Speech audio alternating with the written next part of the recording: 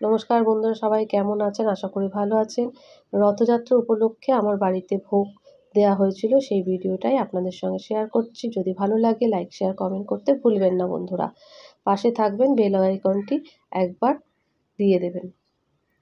আমার বাড়িতে যে ভোগের আয়োজন হয়েছিল তার মধ্যে ছিল 5 রকম সবজি দিয়ে একটা তরকারি, 5 রকম ভাজা, চাটনি, পায়েস, মিষ্টি আর হচ্ছে ফল তো আছেই।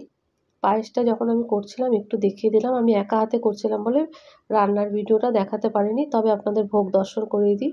আমের চাটনি হয়েছিল, পায়েস হয়েছিল নারকোল দিয়ে, ওই যে সবজিটা বললাম 5 রকমের সবজি হয়েছিল, মিষ্টি তো আছেই। নারকোল আর কুমড়ো তরকারিটা ওনার জগন্নাথের প্রিয়, তাই জন্য দেয়া হয়। আর 5 রকম ভাজার মধ্যে দিয়েছিলাম কুমড়ো ভাজা, আলু ভাজা, পটল ভাজা, বেগুন ভাজা। আর মিঠে ভাত, যেটা হচ্ছে সাদা পোলাও বলা হয়, সেটা হচ্ছে মিঠে ভাত বলে, জগন্নাথের প্রসাদ। এই ছিল আমার ভোগের থালার সাজানো। আপনাদের যদি ভালো লাগে তাহলে একটা কমেন্ট করে জানাবেন বন্ধুরা। আর আমার জগন্নাথ দেবকে সাজানোটা কেমন হয়েছে সেটাও কমেন্ট বক্সে একবার লিখবেন। আমার জগবন্ধু বলরাম সুভদ্রাকে দেখতেই পাচ্ছেন। এটা কিন্তু আমার পুরী থেকে আনা। পুরী থেকে আনা বলতে আমি যখন পুরী গেছিলাম ওখানে নিম কাঠের জগন্নাথ বলরাম সুভদ্রা বিক্রি হয়, আবার এমনি কাঠেরও হয়। আমি জগন্নাথ বলরাম সুভদ্রাটাকে আমি কিন্তু নিম কাঠের এনেছিলাম। এই জন্যই এনেছিলাম যে জগন্নাথ বলরাম সুভদ্রাকে আমি প্রতিষ্ঠা করে ঘরের সেবা দেব, সেই জন্য আমি নিম কাঠের নিয়ে এসেছিলাম। আর যে ড্রেসগুলো দেখছেন এই ড্রেসগুলো সমস্তই আমি বানিয়ে এনেছিলাম। এই যে পাগড়ি দেখছেন বড়বাজার থেকে নিয়ে আসা, এই বড়বাজারের পাগড়িটা আমি অর্ডার দিয়ে প্রথম বছর নিয়ে এসেছিলাম। প্রত্যেক পুজোতেই আমি পাগড়িটা পরাই, আবার তুলে রেখে দিই।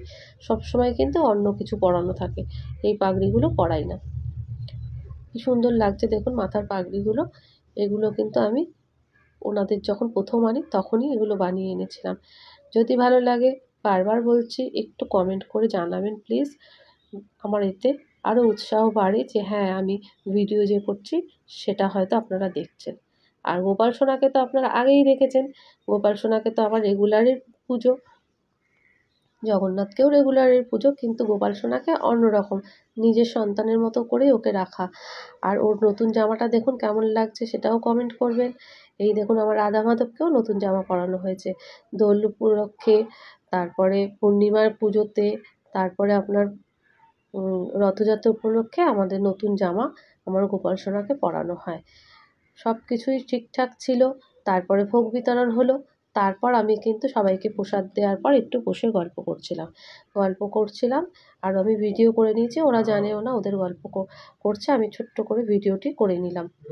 এবার একটুখানি গোপাল সোনাকে আর জগন্নাথ বলরাম সুভদ্রাকে ধূপ দেখিয়ে তারপর আমি জগন্নাথের মাহাত্ম্যর একটা কথা বলতে চাই।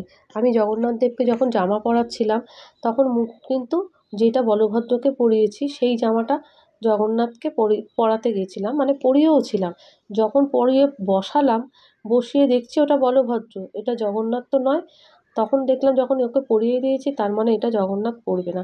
এই যে নীল রঙের জামাটা দেখছেন এটা তখন আমি রেখেছিলাম বলভদ্রের জন্য, ওটা জগন্নাথকে পরালাম। এতটা ভুল আমার হয়েছে বলে আমার মনে হয় না। আমি কিন্তু হাতে জগন্নাথকেই তুলেছিলাম। আমি এই যে বলভদ্রের জামাটা দেখছেন এটা আমি জগন্নাথকে পরাবো ভেবেছিলাম, কিন্তু উনি পরেননি।